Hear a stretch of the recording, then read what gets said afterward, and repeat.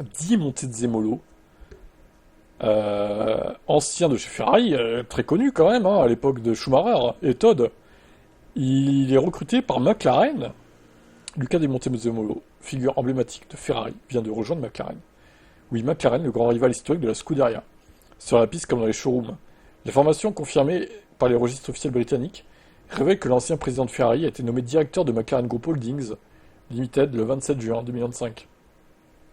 Mais c'est lunaire. À 77 ans, l'Italien ne prend pas les rênes de l'écurie de Formule 1 mais rejoint la branche automobile du groupe, désormais placée sous la tutelle de CVYN Holdings, un fonds basé à Abu Dhabi.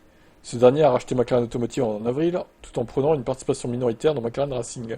Le nouveau véhicule d'investissement, McLaren Group Holdings, chapeaute l'ensemble. C'est là que Di Montezemolo intervient. Si son arrivée peut surprendre, elle n'est pas sans logique.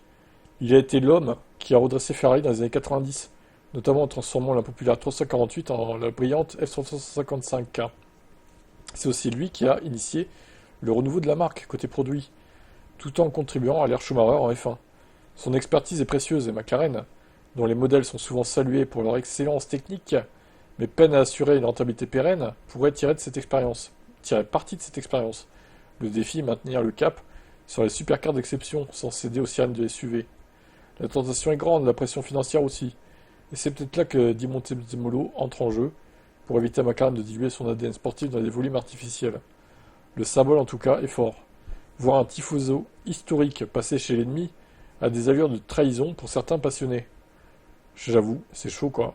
Mais dans l'univers impitoyable du luxe automobile, c'est peut-être simplement la preuve que les temps changent et que l'on ne refuse pas un nouveau défi.